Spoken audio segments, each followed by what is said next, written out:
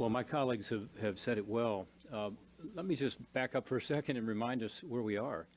We have a sovereign, independent country that happens to be a democracy and a strong ally of ours that has been invaded by an authoritarian regime, broken every international rule, unauthorized, unjustified, and now barbaric, going after hospitals and schools. Even the Holocaust Memorial in Kyiv was damaged. So the United States has expressed their concern about being provocative. The rest of the world has been provoked. I mean, the free world, even some countries you might not expect, have stepped forward and said, this is totally unacceptable. And my fear is that if we worry about provoking Russia in the face of what they have done, they'll just continue to do it and probably not end with Ukraine after they have decapitated the government, destroyed the country, and killed thousands of innocent civilians. So that's the context that I look at this in. This is urgent. It's not a matter of weeks. It's a matter of days for us to continue to provide them the help they need to defend themselves.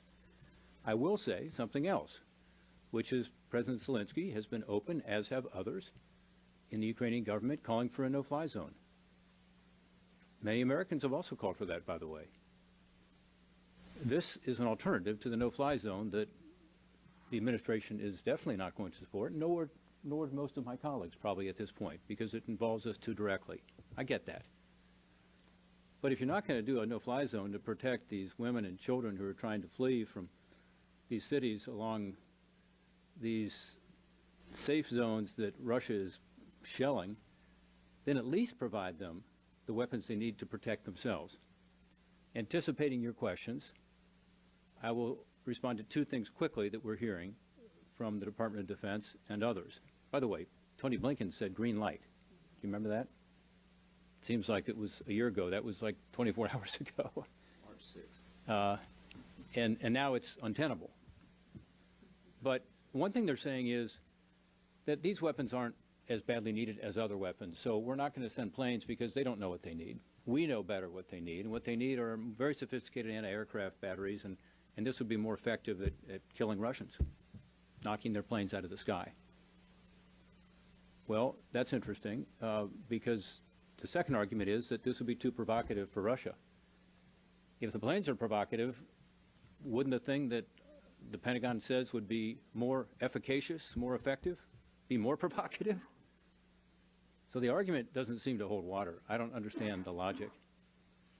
When you hear that, I hope you will ask them those questions. Finally, I will say, Nord Stream 2, the SWIFT sanctions, the Stinger missiles, the banning of oil, what do all those things have in common? In each of those cases, the administration said no. In each case, they said no.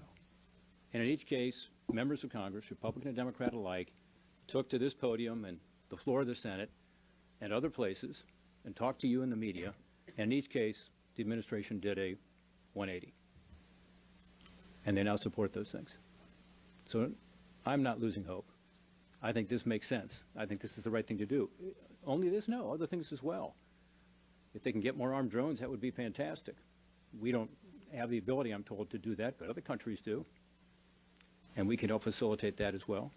There are other countries that have other Soviet-era aircraft that could be helpful, like Bulgaria and Slovakia, including MiG-29s. So I think this is part of a package that they desperately want. They know what their needs are better than anyone. They're the ones being killed. And I think we need to respond.